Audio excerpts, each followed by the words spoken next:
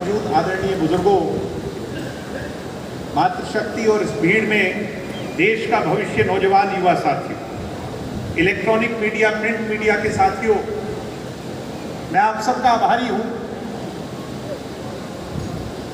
कि आपने मुझे अंतिम पंक्ति में बोलने का अवसर दिया।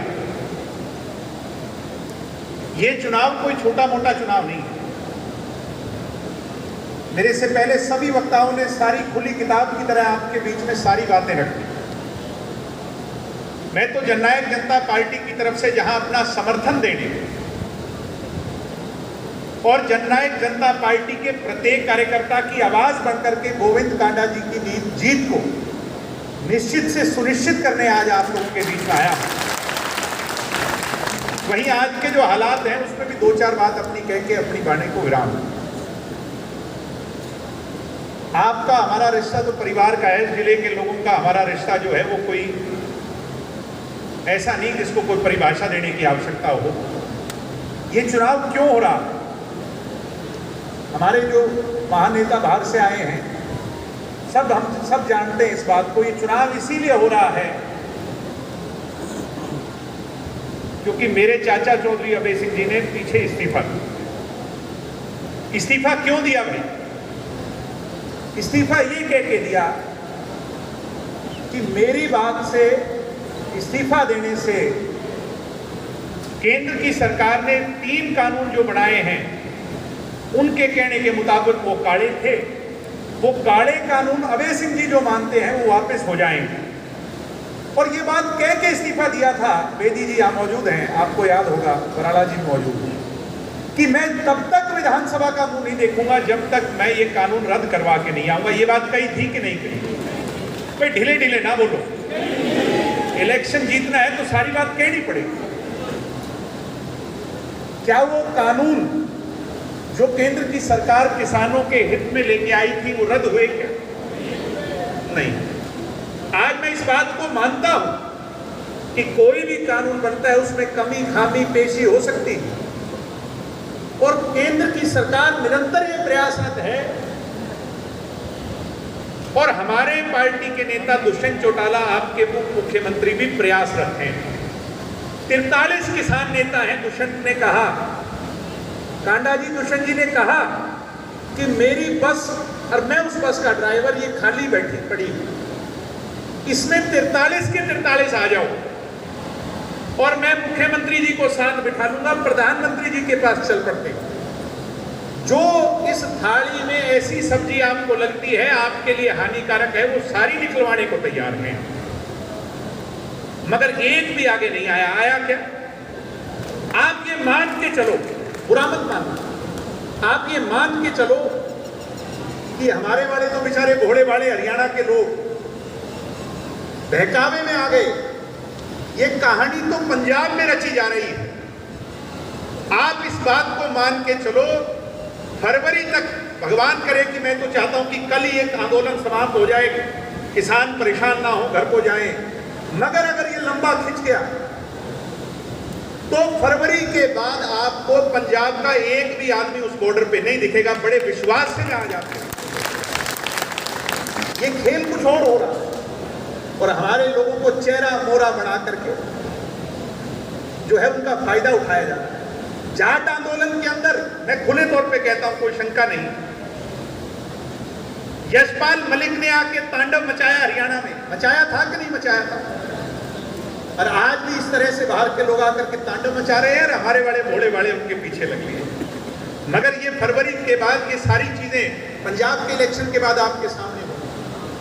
मगर मेरे चाचा जी ने जो बात कह के इस्तीफा दी थी, ये कह के दी थी कि मैं तो ये रद्द ना करवाऊं तो मैं विधानसभा का मुंह नहीं देखूंगा। मगर अब क्या लेकर के लोगों के बीच में जाएंगे ये तो मुझे पता नहीं। मगर उनके पास कहने को इस चुनाव में कोई बात नहीं है। ये मेरी बहन बैठी, मेरा इंटरव्यू लेने आप दिल्ली आए थे कि नहीं आए थे? आप ही आए थे शायद। और मैं सुन रहा था मेरे छोटे भाई अर्जुन का भी इंटरव्यू। उन्होंने ये इंटरव्यू में कहा कि मेरे पिताजी जीत के जाएंगे और जीतने के बाद भी अगर ये रद्द नहीं हुए तो फिर इस्तीफा दे देंगे। मैं सोच रहा हूं ये बात कही कि नहीं बहन जी आपके इंटरव्यू में, मैं गलत तो नहीं कह रहा। खुदा ना खास्ता, वैसे तो होना नहीं, ना नोमन तेल होगा ना राधा नाचेगी, मगर फिर जीत गए। तो आप एक बात मान करके चलो 100% ये फिर इस्तीफा दे देंगे, और 100% फिर इस्तीफा दे देंगे तो फिर हमारे पास कुछ रहना नहीं। विधायक नहीं, पिछले 7-8 महीने से, साल से, फिर 7-8 महीने जो है चले गए, तो एलनाबाद का नुकसान होगा कि नहीं होगा?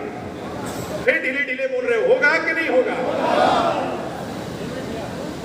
वैसे भी मेरे चाचा जी के पास बहुत जिम्मेवारियां हैं। वो जल योद्धा है,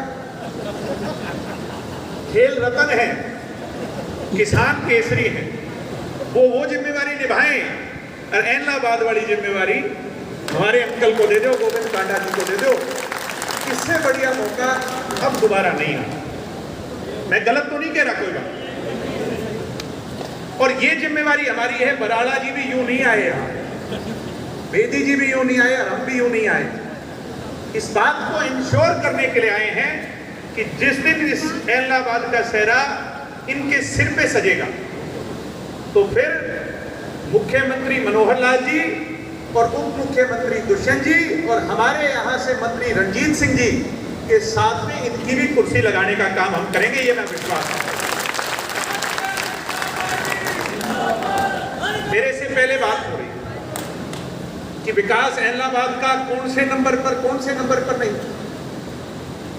ये चौधरी देवीलाल जी की धरती, और आज उन्हीं के परिवार के मेरे चाचा भी आपके बीच में बैठे हैं, उनके पोते, उनके परपोते के रूप में, और जननायक जनता पार्टी के एक पदाधिकारी के रूप में मैं भी आया। चौधरी देवीलाल जैसा इस धरती पे दूसरा आदमी होना नहीं, इसमें कोई दो राय नहीं।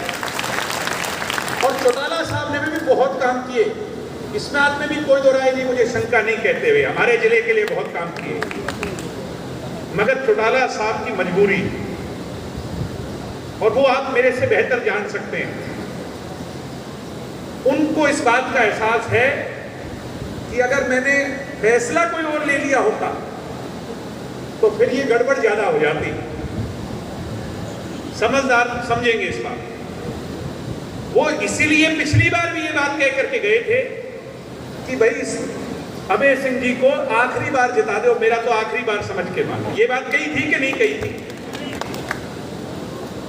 तो आज आपके पास उनकी बात आपने मानी, हमने भी सदैव मानी, मगर आज आपके पास मौका है, क्योंकि ये इनेलो वाले जो घूम रहे हैं, हमारी पुरानी पार्टी है, मैं बड़े आदर मान से कहूंगा, ये जो अब कैंडिडेट की वोट मांग रहे हैं,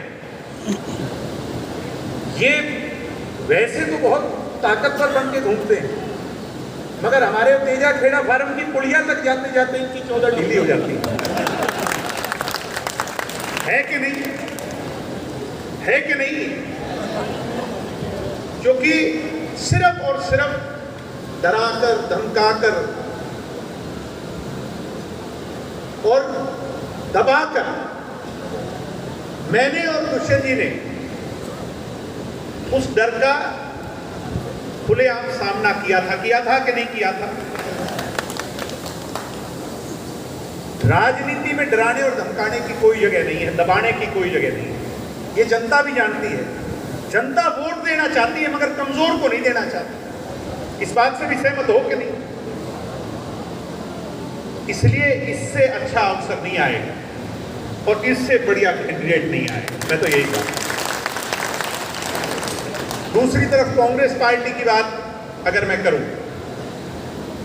तो कांग्रेस पार्टी के जो कैंडिडेट हैं वो तो खुद इंपोर्ट होकर के गए हैं। कल तक तो वो हमारे साथ ही थे, और मैं नहीं मानता कि कांग्रेस के जितने दूसरे लोग हैं, मैं तो कांडा जी को कह रहा था कि मुझे सूचना ये मिली है कि वो सब हमारे संपर्क में हैं, और धीरे धीरे नहीं है तो हो जाएंगे। वहां तो बहुत उम्मीदवार हैं, वो सारे के सारे। कांग्रेस तो मेरे हिसाब से जमानत भी नहीं बचा पाएगी जो आज के हालात कह रहे हैं। इसलिए इससे बढ़िया मौका अपने पास दोनों गठबंधन, तीनों गठबंधन पार्टियों के पास दूसरा अवसर नहीं आने का है। ये मैं मजबूत होकर के संगठित तौर पर, और हम सब लोगों की, जितने यहाँ बैठे हैं लगभग तो इलाहाबाद से होंगे, नहीं तो इस सरकार में बराला जी उप मुख्यमंत्री से लेकर, शायद खट्टर साहब की तो कोई रिश्तेदारी ना मिले, मगर कई एमएलए और कई मंत्री ऐसे हैं जिनकी लगभग रिश्तेदारियां इलाहाबाद में है या नहीं है, मगर उनमें कुछ ना कुछ गड़बड़ है।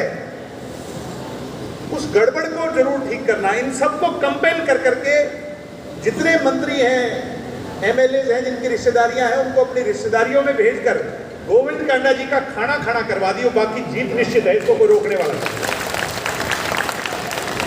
बातें कहने की बहुत, पर मेरे से सीनियर नेता बैठे हैं, मैं तो यही कहने आया था कि हमारी पार्टी का, जननायक जनता पार्टी का, डॉक्टर अजय सिंह चौटाला जी के नेतृत्व में एक एक कार्यकर्ता तन मन और धन से, जहां बीजेपी और हलोपा का कार्यकर्ता खड़ा मिलेगा, उससे 19 नहीं बल्कि सवाया होकर गोविंद जी के लिए आगे इस लड़ाई को लड़ेगा। और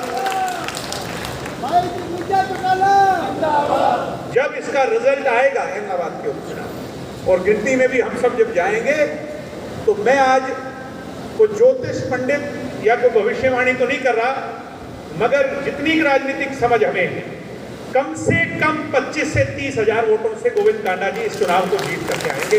मैं आज आप सब आए, मुझे इस लायक समझा, मेरी बात आपने सुनी और इनकी जीत के लिए आपने यहाँ आकर के कमर कसने का काम किया। आप सबका बहुत बहुत धन्यवाद। जय हिंद, जय भारत।